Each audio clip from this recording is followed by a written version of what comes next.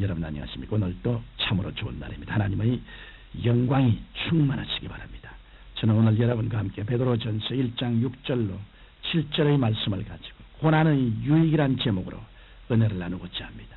인간에게 고난이란 운명적인 것입니다.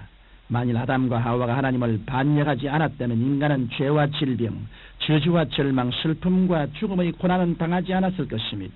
그러나 아담과 하와가 하나님을 반역한 결과로 그들의 후손인 모든 인생은 고난을 운명적으로 맞게 되었던 것입니다. 그런데 고난은 오히려 우리에게 큰 승리와 발전을 가져다주는 동기가 될 수도 있고 우리를 파멸해버릴 기회가 될 수도 있습니다.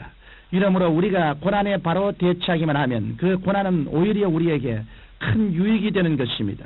저는 오늘 고난이 우리에게 가져다주는 몇 가지 유익에 대하여 함께 생각해 보고자 합니다. 첫째로 고난은 새로운 삶의 창조에 대한 도전입니다.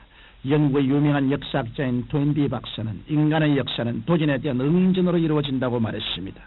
고난도 이와 같습니다. 고난이 다가왔을 때 그 고난을 극복하겠다는 진취적인 응전의 자세를 취하면 그 고난은 축복으로 변화되는 것입니다. 덴마크는 1864년 프루시아와의 전쟁에서 패전함으로 남부의 기름진 땅을 잃었습니다. 또한 패전으로 인한 사회 혼란은 덴마크를 전폐의 위기까지 몰아넣었습니다. 전쟁에서 패돌한 남자들은 대낮부터 술을 퍼마시고 길거리에서 술주정을 벌였습니다. 이 자들은 살아가기 위해 외국인에게 몸을 팔기도 했습니다. 덴마크가 이런 위기를 맛보 있을 때 그 역경에 대해 창조적인 응전을 부르짖는 사람이 있었습니다. 그들이 바로 그룬트비 목사와 공병 대령 딸가스였습니다. 그룬트비 목사는 하나님을 사랑하자, 나라를 사랑하자, 자연을 사랑하자라는 3회 운동을 일으켰습니다.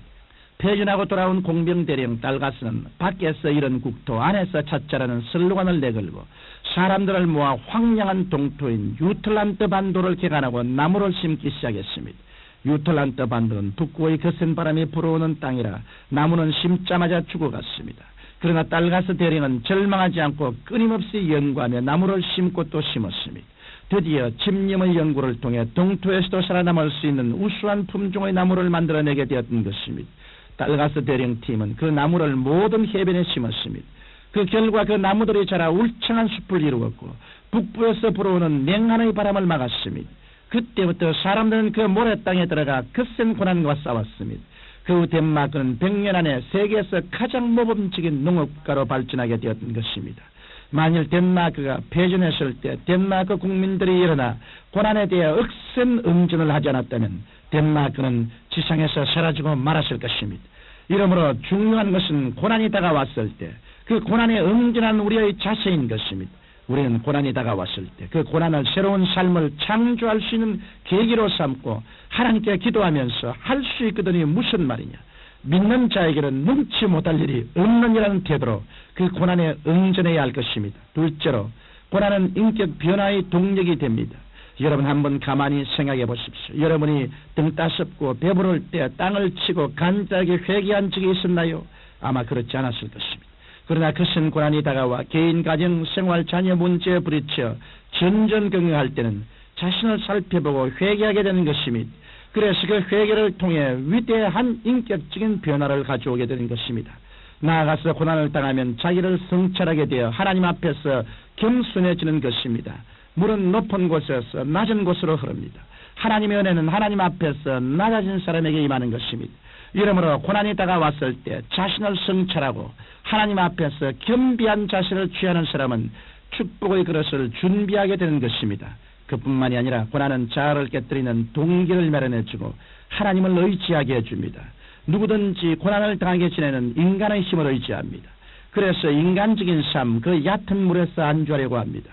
그러나 고난을 당해 생사의 기로에 서게 될 때는 강팍한 자아를 깨뜨리고 살든지 죽든지 흥하든지 망하든지 성하든지 쇠하든지 주님께만 의지하게 되는 것입니다. 이러기 때문에 고난은 우리로 하여금 깊은 신앙, 즉 순종하는 삶을 살게 해줍니다. 그리스도인들은 고난을 통해 인간적인 것을 버리며 그리스도의 형상을 닮아가는 것입니다.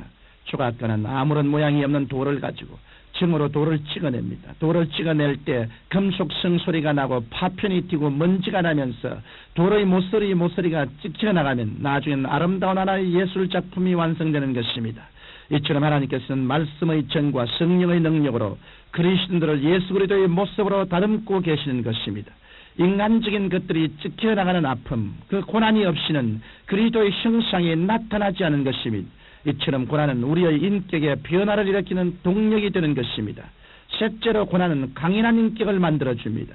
평안에 젖어 살면 온실에서 자라는 화초처럼 인격이 유약해집니다. 오늘날 부모에게 꾸중을 듣고 자살하는 청소년, 애긴이 죽었다고 자살하는 청춘이 있는 것은 고난을 모르고 컸기 때문입니다. 우리가 강인한 인격으로 성장하기 위해서는 고난의 훈련을 받아야 합니다. 저는 저의 인생 중 가정이란 이렇게 좋은 곳이구나 하는 것을 뼈저리게 느꼈던 때는 군에 복무할 때였습니다. 집에서 안락한 생활을 하다가 군에 가니까 그렇게 불편할 수가 없었습니다. 그리고 고된 훈련 뒤에는 꽁보리밥에 맑은 콩나물국으로 식사를 했습니다. 그래도 그 식사가 그렇게 맛있을 수가 없었습니다. 군에서 이런저런 어려움을 겪고 나가니 집이 좋다는 것을 뼈저리게 느끼게 되었던 것입니다. 그래서 집에 편지 쓸 때는 부모님께는 회개하는 편지, 형제들에게는 부모님께 효도하고 가정을 좋게 얘기하는 내용의 편지들을 쓴 기억이 납니다. 여러분, 고난은 우리의 신앙을 강건케 하는 밥입니다. 밥을 먹지 않은 사람이 연약한 것처럼 고난을 먹고 소화시키지 않은 신앙인은 유약할 수밖에 없는 것입니다. 역경을 많이 당하고 기도를 통해 그 역경을 이긴 신앙인은 강인한 힘이 있어 어떠한 경우에라도 파멸당하지는 않은 것입니다. 이 때문에 하나님께서는 당신의 일을 맡기시는 사람들에게 고난의 밤을 지나게 하십니다. 아브라함은 25년의 세월 동안 고난의 밤을 지나며 철저히 신앙의 수련을 받았습니다. 야곱도 20년 동안 여러 가지 고난을 받았으며 나중에는 환두뼈가 으그러지는 고난을 받았습니다. 요셉같이 이롭고 깨끗한 사람도 13년 동안 고난을 받았으며 모세와 같은 지도자도 40년 동안이나 미디안 광야에서 고난을 받았습니다. 이들은 모두 고난을 통해 강인한 힘을 얻고 위대한 신앙인들이 되었던 것입니다. 이러므로 여러분은 고난이 다가왔을 때 고난은 강인한 인격을 만들어준다는 사실을 분명히 알고 실망하거나 좌절할 것이 아니라 기도로 이겨나가게 되시기를 주님 이름으로 축원합니다. 계속된 고난은 인간을 파멸시킵니다. 그러나 계속된 축복도 인간을 파멸시킵니다. 그 때문에 하나님께서는 우리에게 고난의 계곡을 지나기도 하시며 축복의 산정에 오르게도 하시는 것입니다. 우리가 우리에게 다가오는 고난과 축복에 잘 대처하면 우리는 이 땅에 살 동안 소금과 빛의 역할을 하며 승리하는 삶을 살 수 있습니다. 청취자 여러분, 고난은 새로운 삶을 창조하는 계기요, 인격 변화의 동력이요, 강인한 인격을 만들어주는 동기가 된다는 것을 분명히 알고 고난이 다가왔을 때 하나님 앞에서 올바른 마음의 자세를 취함으로 위대한 신앙인들이 다 되시기를 주님 이름으로 축원합니다. 전능하신 아버지 하나님, 고난은 우리에게 하나님의 축복으로 다가온다는 것을 알게 하여 주시고 고난의 피를 맞고 고난의 길을 걸어서 변화받는 우리들이 되게 도와주옵소서. 예수님 이름으로 기도합니다. 아멘.